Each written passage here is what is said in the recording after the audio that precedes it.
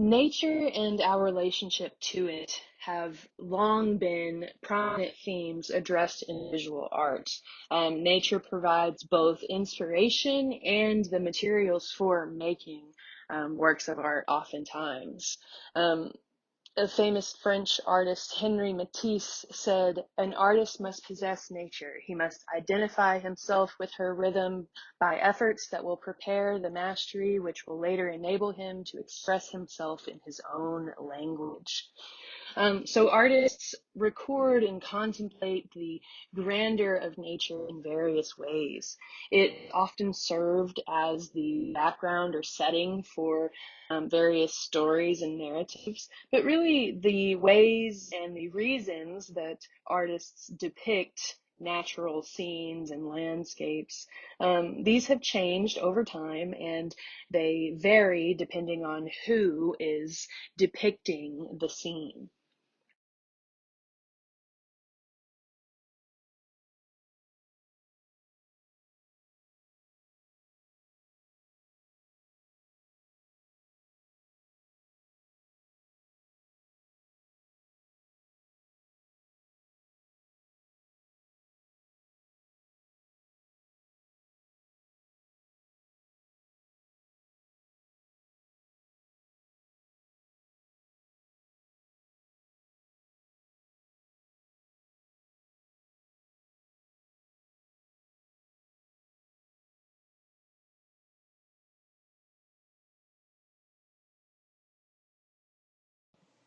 The first thing that comes to mind with art and nature is probably landscapes.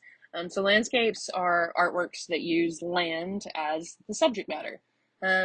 Landscapes can be created as ways to sort of frame nature and bring it into an interior space in order to be contemplated, or they can serve as settings for figures and stories. Several East Asian cultures have pretty long-standing landscape traditions. During the Northern Song Dynasty in China, which lasted from about 960 to 1126, Chinese artists elevated the landscape to the level of subject. So this is long before Western artists considered the landscape as anything more than a setting for figures. Um, these landscapes were commonly subjects of traditional Chinese paintings, which were hand scrolls or hanging scrolls created by sort of brushing ink onto silk or paper. Chinese scroll paintings were meant to help facilitate meditation, and they were to be experienced slowly as if you were on a contemplative journey. It wasn't meant or intended for the composition to be viewed all at once, but sort of one portion at a time as the viewer unrolls the scroll. Um, Northern Song artists studied nature quite closely, um, and paintings of landscapes, or even just contemplating a landscape, these acts were considered spiritual. Um, Again, they were help excuse me, they were intended to help facilitate meditation or contemplation.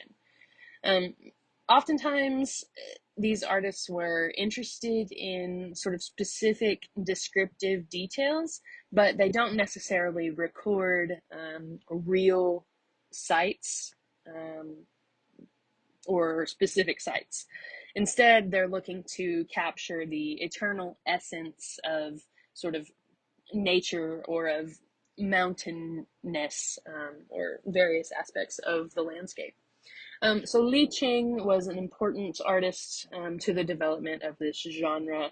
We're looking at a work titled A Solitary Temple Amid Clearing Peaks. So we have this sort of mobile mid-air perspective. The artist has used a sort of monochromatic palette with the ink and this vertical format, and we have flowing water and kind of this shrouding mist that kind of gathers around the rocky outcroppings here. So the forms sort of culminate into those towering mountains. Um, It all works together to create a sort of harmonious and spacious whole. It's typical in these East Asian landscapes to see paths that sort of invite the viewer to walk along and into the scene, as well as figures or places, works of architecture for the viewer to identify with. So in this particular painting, if you look closely, you can see a traveler on a donkey at the lower left, sort of combining the small daily life with the whole of nature and thinking about humanity's place within nature. Um, Ching's version of nature pictured here is sort of ordered by a higher force and kind of echoes this idea of human life in harmony with nature. This is an idea that is at the center of Taoist belief. The idea that humans and animals must live within balance with the natural world, or that idea of yin and yang, like we talked about previously. Often, this concept is illustrated by the contrast between huge, solid mountains and soft, flowing rivers or waterfalls, etc. The Chinese term for landscape painting is shan shui, which actually means mountain water painting. Mountains were long viewed as sacred in Chinese culture. They were thought to be the home of immortals. Um, So this is a work by an artist, Fan Quan. He was active from about 990 to 1030 CE. And this particular work is a silk hanging scroll that dates to about the year 1000, and it's titled Travelers Amid Mountains and Streams. This is regarded as one of the great monuments of Chinese art. Fan Quan was a Taoist mountain man. He was a hermit and a wine lover, and he was renowned for his sternness of character, but he was also one of the first artists to develop a sort of characteristic style of textured brushstrokes. So in this scene, we have a thin line of water that falls from the crevice of a high sort of mountain cliff, and it feeds a mist-shrouded lake or stream below. In the foreground, we have a large group of rocks kind of before a stream, and in the middle ground, a group of travelers and mules kind of enters the scene from the right. Um, Behind them, we have more kind of rocks and foliage, a waterfall or kind of rapids here in the middle that's crossed by a bridge. And then in the background, we have these mountains that rise sort of powerfully upward and loom over the scene. But you might notice that the rugged cliffs are actually sort of softened by this hazy veil of clouds and fog that envelops them, and sort of creates this sense of weightlessness. So the inspiration for this landscape and many others is actually a group of peaks along the Yangtze River in Anwan province of Shanghai. This particular area has long been admired by locals and travelers alike. But this Fang Quan composition, as well as most Chinese landscape paintings, it might contain very realistic details inspired by this particular place or similar ones, but it's not necessarily a depiction of that specific place. And so here you can sort of see a detail of the image where the travelers and pack horses are entering the scene, kind of down to the right. They're very easy to overlook with the fantastic cliffs that sort of surge upward behind them, almost with a fervor and an energy of their very own. And remember that sacred quality of mountains amongst Chinese culture. So these cliffs in this landscape are not intended to be a backdrop for human activities, but more so a view of nature uncorrupted by human habitation. So we really have this sense of monumentality being conveyed here, both by the scale of the work itself. It's nearly 7 feet of hanging scroll. but also by the contrast between the smallness of the figures in the foreground and the vastness of the mountains emerging from the mists. This reflects the Taoist ideal that humans are but a small part of nature's vast existence. So we sort of have human scale in the face of nature's grandeur here. The viewer's eye sort of moves past the figures in the foreground, again, quite easily because they are so small in comparison. Um, but past the figures and the rocks in the middle ground, up through the mist and the cliffs, you can sort of follow that thin line that contrasts against, excuse me, against the black kind of crevice of the cliff there. Um, so follow that waterfall up to the culmination of these cliffs or mountains. So you can sort of think of this journey of the viewer's eye as um, moving from the human or terrestrial realm to the celestial realm of the mountains and the sky above, kind of showing the totality of the universe all at once. Now, we could also talk about romantic landscape artists in the late 18th and early 19th centuries in Europe and in the United States. These artists were interested in depicting um, kind of vast landscapes in order to highlight the raw power of nature. Um, we could talk about Turner and Thomas Cole and many, many others. But for the sake of time, I want to go ahead and move on to um, art that sort of addresses the cycles that occur within nature, both in the ecosystems that surround us and kind of the um, natural cyclical movements of the cosmos and of weather and season changes, things like that. So let's move on. So we've looked at some ancient earthworks, but let's talk about some more recent ones.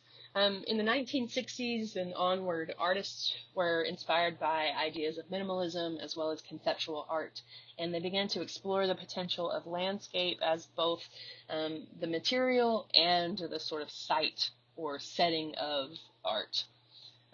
Many of these artists utilized nature directly within their works, so earthworks, sometimes called earth art or land art. These are artworks made in, on, and sometimes of nature or earth itself. Um, in the 60s, these artists started developing monumental landscape projects. Obviously, not for the first time. They didn't necessarily stem directly from these ancient traditions that we've been looking at, like Serpent Mound or even the Nazca lines that we've talked about in the past. But you can't deny there was probably some sort of inspiration there. Um, so we're looking here at Robert Smithson's Spiral Jetty of 1970. Smithson actually coined the term earthworks to describe his sculptures like this. So he chose to create this earthwork in a spiral shape because that spiral is often found in nature. We talked about this a bit before as well. It appears in shells and crystals and galaxies and many, many other instances. But Smithson used 6,550 tons of basalt rock and dirt. He transported it with dump trucks and kind of gradually built a spiral sort of roadbed within this lake, which is actually the Great Salt Lake in Utah. Now, the sculpture is not static, but rather it sort of interacts with nature. As the water levels of the Great Salt Lake change, the sculpture is repeatedly submerged and then it resurfaces. And when it emerges from the waters, it's typically encrusted with salt crystals because, again, the Great Salt Lake has a very high salinity level. Smithson instructed that no maintenance be done on this sculpture so that over time it would respond to the changes of its natural environment.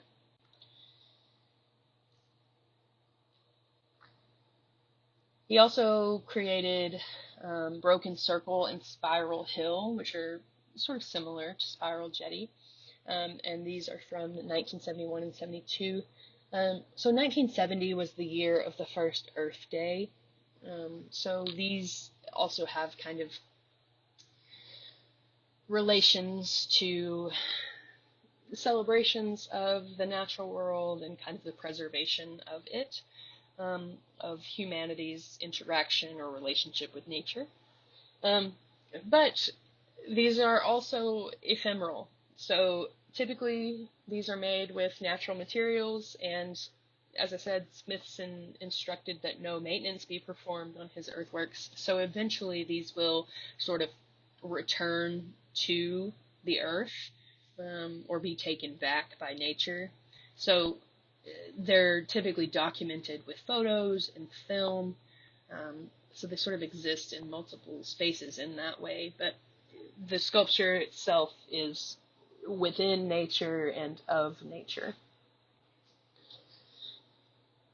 Walter de Maria is another land artist, and this is his Lightning Field from 1977. This work of land art is situated in a remote area of the high desert of western New Mexico, and it is comprised of 400 polished stainless steel poles installed in a grid array measuring 1 mile by 1 kilometer. The poles, which are 2 inches in diameter and averaging about 20 feet and 7.5 inches in height, are spaced 220 feet apart and have solid pointed tips that define a horizontal plane.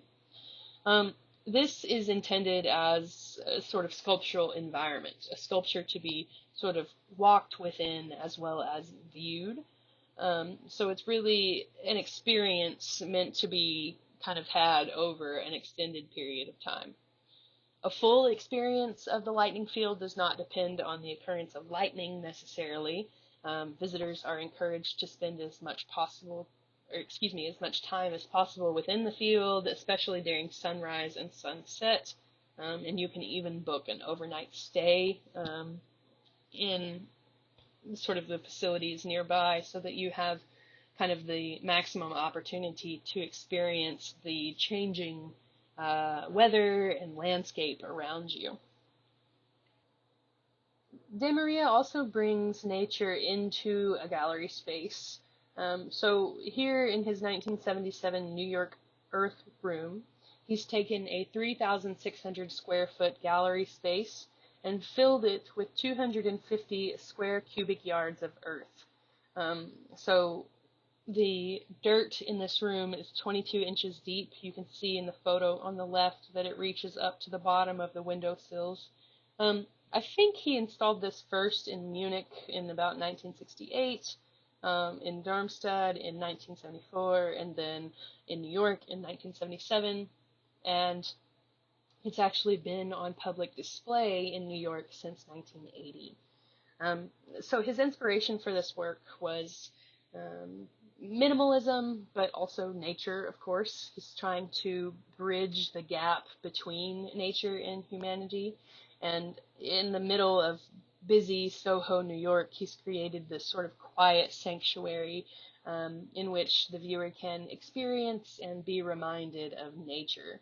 Um, the horizon he describes as simply a minimal horizontal interior earth sculpture. Sorry, let me say that again. Um, the horizon he described as a minimal horizontal interior earth sculpture. Now, interestingly, I mentioned this has been on display in New York since 1980. The dirt that is in the room is the same dirt as 40 years ago. There's a caretaker that rakes the dirt and weeds it, waters it weekly. They didn't do anything to sort of sterilize the dirt before they placed it in the gallery space, so it was full of sort of living bacteria and organisms. So this room and the artwork itself is sort of constantly changing and evolving. So De Maria here is thinking about the cycles of the earth, how things grow and decay over time, as well as humanity's relationship to the earth and to those cycles. Maya Lin also likes to look at the natural world. She does so through lenses of science, history, politics, culture, but she also thinks about memory, time, and language. This is her wave field from 1995. It's at the University of Michigan in Ann Arbor. This is an earth and grass sculpture that was installed in front of the aerospace building on campus. It's a pure earth sculpture that occupies a square space of 90 feet by 90 feet and represents a naturally occurring wave pattern.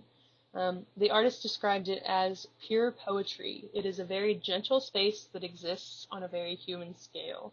It is a sanctuary, yet it's playful, and with the changing shadows of the sun, it is completely transformed throughout the day. The wave field expresses my desire to completely integrate a work within its site, revealing the connectedness of art to the landscape, or landscape as art. This is her 11-minute line from 2004. This was the first of a series of earthworks using drawn lines. This one is in Sweden. It's actually in a pasture on one of the largest organic dairy farms in Northern Europe, with over 1,000 cows that sort of romp around and stomp over the sculpture on a daily basis. The earthen mound itself is 12 feet high and about 1,600 feet long. Maya Lin grew up in Ohio, and she was inspired by the Great Serpent Mound. She was thinking about how when Europeans first arrived in America and discovered the Serpent Mound, they concluded that an earlier group of Europeans must have made it and then traveled back to the Old World. Basically, these European explorers couldn't possibly conceive that Native Americans could have built something so complex and monumental.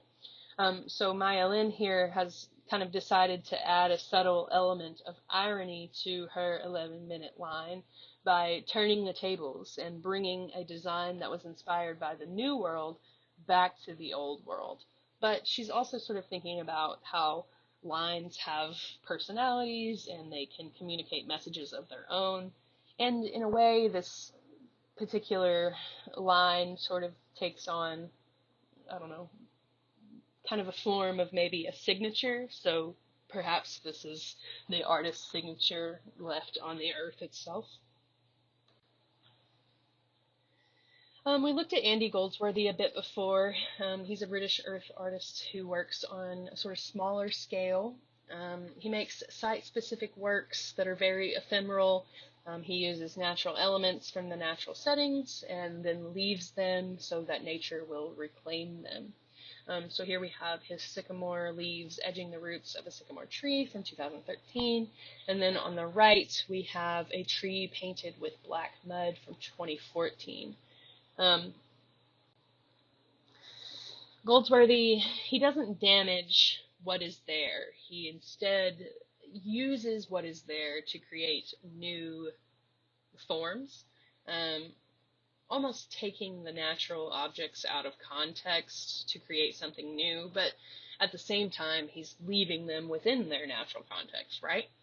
And again, these are ephemeral, so they can be washed away with rain or sort of destroyed by wind or storms, and things like that. Typically, he preserves his works with photos or videos. Here's one from 2010, Icicles Frozen to Icicles. This is an icework in Scotland, but it rarely stays below freezing all day in Scotland, so Goldsworthy would get up before dawn to complete these works before it was too warm and they started melting. He likes to push his works really to the verge of collapse, really focusing on sort of tension and a sense of precariousness. He also makes these seed shapes from rocks. There are several versions of these. If you're interested in learning more about Andy Goldsworthy, there are a couple of documentaries that you could check out. There's one called Rivers and Tides from 2001, but there's also a more recent one from 2017 titled Leaning into the Wind. So, eco art or environmental art is distinguished by a focus on systems and interrelationships within our environment. The ecological, geographic, political, biological, and cultural systems of nature. Um, Eco art tends to create an awareness, stimulate dialogue, or kind of spur changes in human behavior towards other species, and it encourages the long term respect for the natural systems that we coexist with. Um, Typically, environmental art forces us to think about the consequences of our behavior on the planet. Now, there's definitely some overlap between environmental art with themes of maybe social consciousness or activism, um, but specifically sort of pertaining to nature and the environment. So here we have Chris Drury's Carbon Sink from 2011. Um, Drury is an environmentalist artist making monumental works that draw upon the connections between the natural landscape and humanity's mark upon it. Um, he reach, he researches his site for context and then uses local materials and considers the contour of the land. Um, so very sort of aware of the space that he's working within.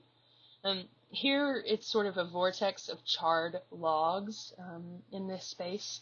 Um, the local coal mining activities had a very adverse effect on um, sort of the climate change, on the nearby forest in this area. The forest had been devastated by pine beetles as well, and so he's using pine logs from trees that died during that infestation. Um, because of global warming, the rising temperatures make it so that the beetles can sort of extend the range of their habitat into higher elevations, like this particular forest. And so the infestation and the subsequent death of all of these trees in this forest are, yes, because of the beetles, but the infestation of beetles itself is because of global warming, and therefore because of human activity and kind of interaction with nature.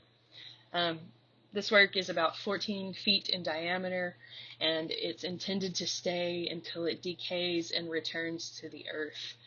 But it was actually removed in May of 2012 because of pressures from the coal mining industry. Here is Chris Drury's Finger Maze from 2006.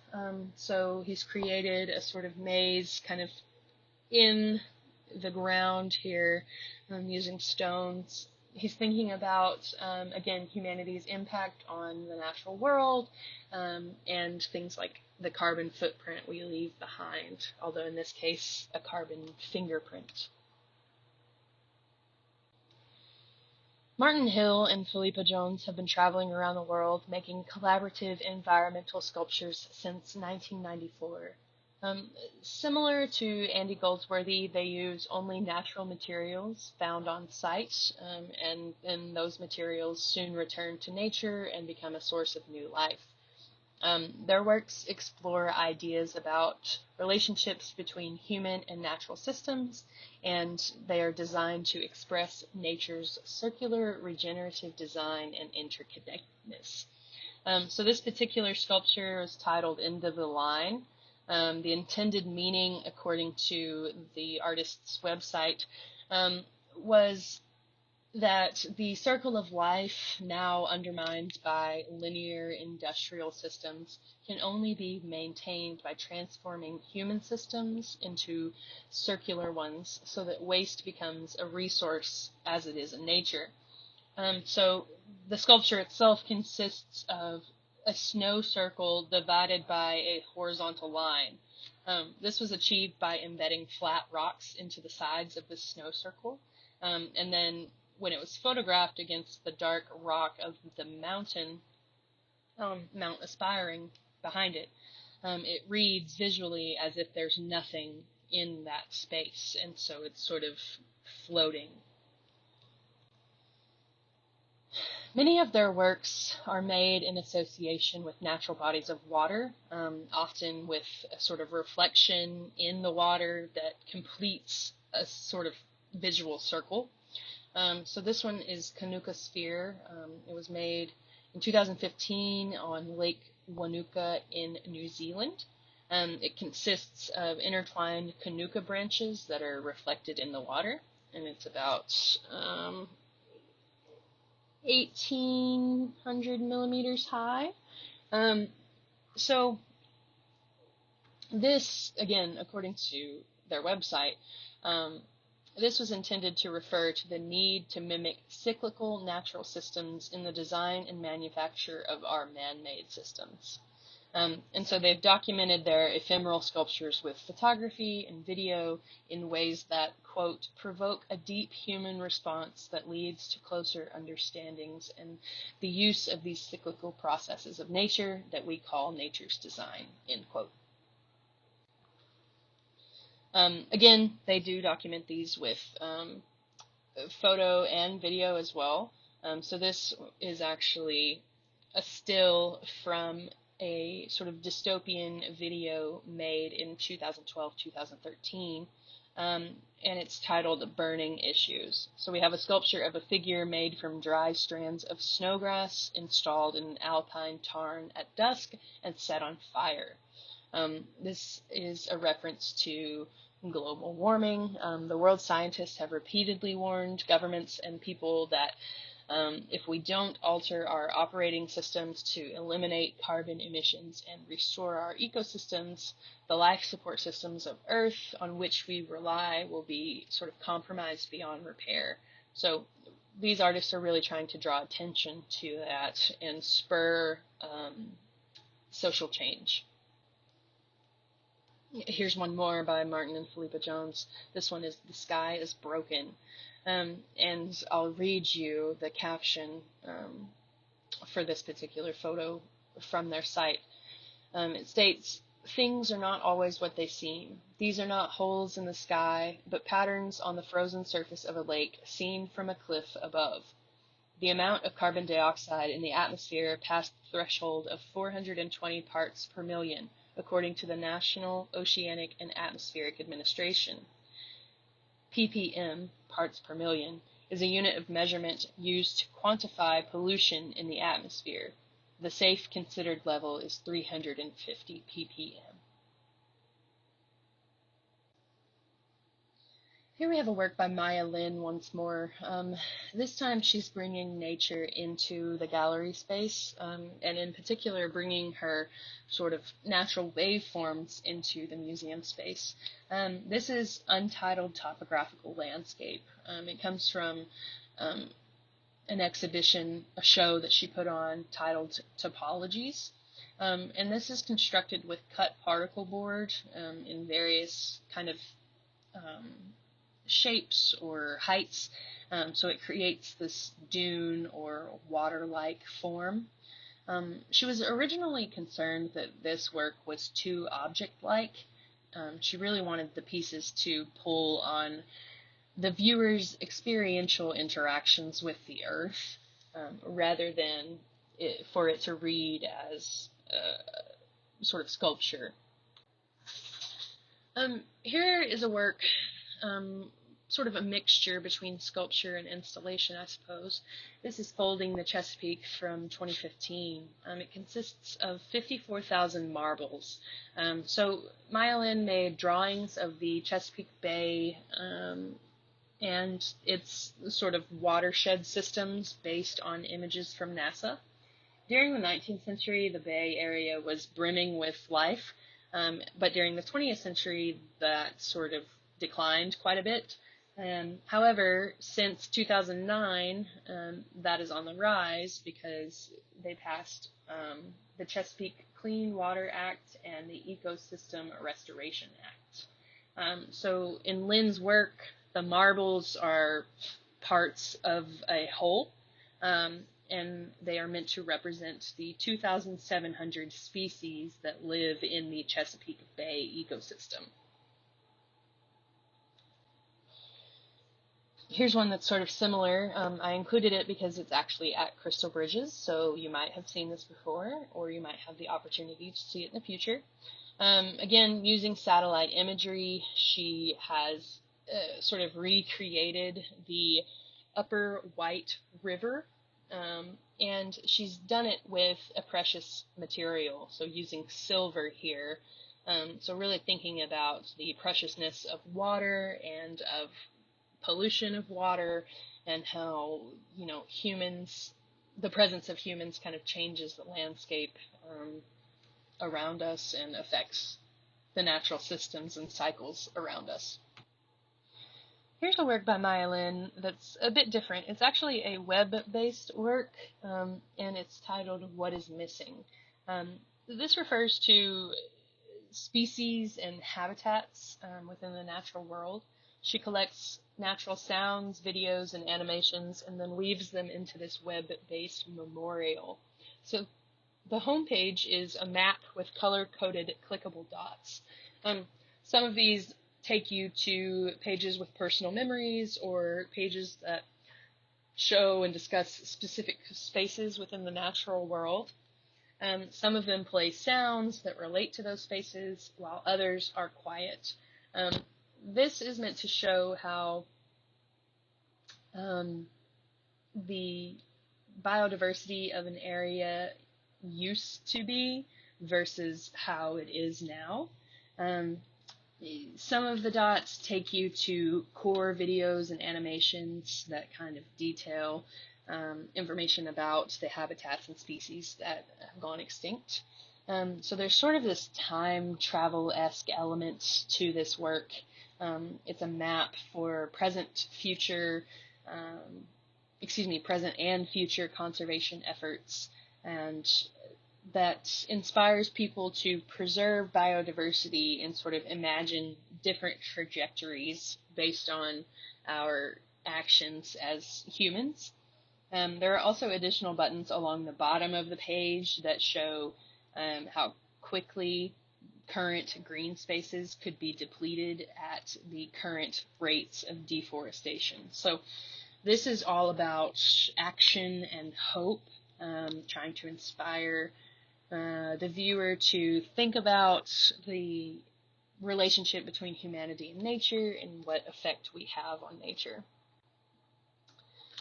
And this traveling cone from 2010 is associated with What is Missing. So here she's thinking about absence without knowing what exactly is missing. So again, in reference to species and habitat loss. The cone itself is made of bronze and recycled redwood. Viewers can look down it and hear nature sounds, see rainforest footage, and various things. So it's meant to help viewers listen to the earth. A species disappears every 20 minutes on the earth, and that's sort of, well, that's just horrible, honestly. But this work is meant to sort of push the viewer into thinking about the relationship between, again, humanity and nature, between art and nature, art and science, as well as sort of advocating in the artist's own language of memorials for action and kind of for humanity to step up and reverse the adverse effects that we've had on the natural world. Here we have a work by the Danish-Icelandic artist Olafur Eliasson. This is Riverbed at the Louisiana Museum in Denmark in 2014 and 15. Here the artist has taken the south wing of the museum and transformed it into this rocky, wet landscape that includes stones from Ireland, as well as a small stream that flows through 3 rooms of galleries. Now, the gallery rooms have control over how much water flows and things like that. So really, the artist is merging art and architecture with nature, sort of building on artists like Walter de Maria and his Earth Room.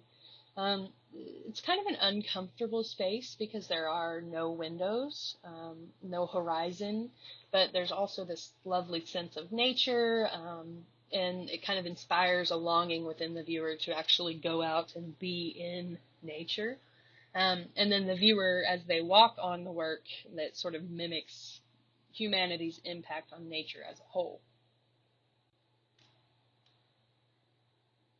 Here we have Eilison's Ice Watch. There are different iterations of this. He did one in Paris and one in Copenhagen. I think there have been a few others.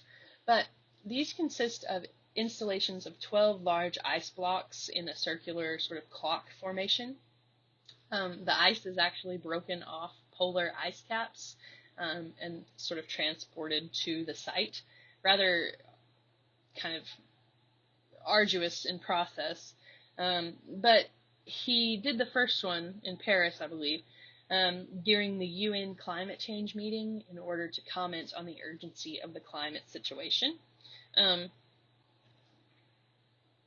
And so again, this is a sort of arduous process. He goes and finds the ice blocks in the Arctic and transports them to the site. And, you know, it is ice, so it is going to melt. It's only a matter of when. So they have to be sort of timely in the installation of these. And then people interact with them differently. There's sort of I don't know, it's almost as if people are afraid to interact with them in some cases, but then we also have people who are very intimately interacting with them. So very much inspiring the viewer to think about the impact that our actions have on the climate and on our planet. Here's another work by Eilison. This is Presence of Absence in 2016, and this deals with global warming as well. So here he's taken snow from Greenland that was formed millions of years ago and put it into metal casings and then cast concrete around that and then allowed the snow to melt. And so what's left is a cast of what has been lost. So sort of taking something ephemeral or impermanent and making it permanent, kind of freezing its absence into this block of concrete and into the mind of the viewer as well. This is Eilison's Weather Project from 2003. It was installed at the Tate Modern Turbine Hall. Here he's thinking about natural processes and bringing them into a gallery space. So he's recreated the sun and sky and then pumps a fine mist of sugar water into the space, really kind of mimicking or recreating the natural world inside. Throughout the day within the space, the mist accumulates in cloud-like formations before dissipating. The people in the space can look up to 300 mirrors on the ceiling, so seeing their sort of reflection of themselves within the space, thinking about humanity within nature. And then at the far end of the hall, we have this huge circular form which consists of 200 monofrequency lamps, sort of recreating the sun. So again, thinking about natural cycles, but also sort of taking things that we encounter on a daily basis out of context and placing them in a new context in order to make us think about them in new ways. And so again, this was at the Tate Turbine Hall, which is in London, London being known for being rather wet and foggy, so sort of almost memorializing that in a way, but also creating contrast with the kind of warm, bright sunlight here.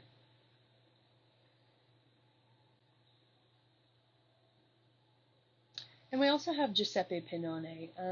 He is an artist that's been active since the 1960s, but we're just going to look at a couple of his more recent things here. So here we have Cedro de Versailles from 2000 to 2003. He's carved tree trunks to sort of reveal the sapling within, and then also removed the bark from the exterior. So on the left we have him working, and on the right we have the final product on display. So he's sort of digging into this tree trunk as if he were an archaeologist excavating through layers of earth in order to find out what happened at a certain location in the past, right? So he's thinking about the young within the old, about layers and growth, the passage of time and change.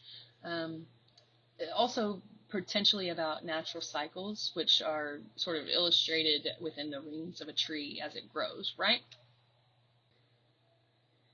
This work is titled "It Will Continue to Grow Except at This Point."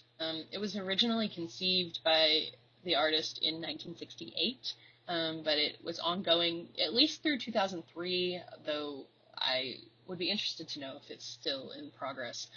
I should look that up. But we have a bronze cast of the artist's hand and lower kind of forearm here, clasping the trunk of a young tree. So as the tree grows, it's going to sort of grow out and around to envelop the bronze hand, right? So it looks as if the hand is squishing the tree, um, and therefore freezing its growth within its touch. So we have this exploration of the passage of time through tree growth, but also ideas of humanity bonding with nature, but also ideas of culture and of botany. Um, and here in a work from 2016, um, kind of incorporating architecture with nature, perhaps. This is Leaves of Stone, in which Pannone has used stone blocks set into trees. Um, the one on the left and right there looks to be marble, and then the central one you can sort of see a design carved into it. So um, I believe that some of these stone blocks, at least, are pieces of spoliated architecture, so taken from um, other sites or monuments and reused.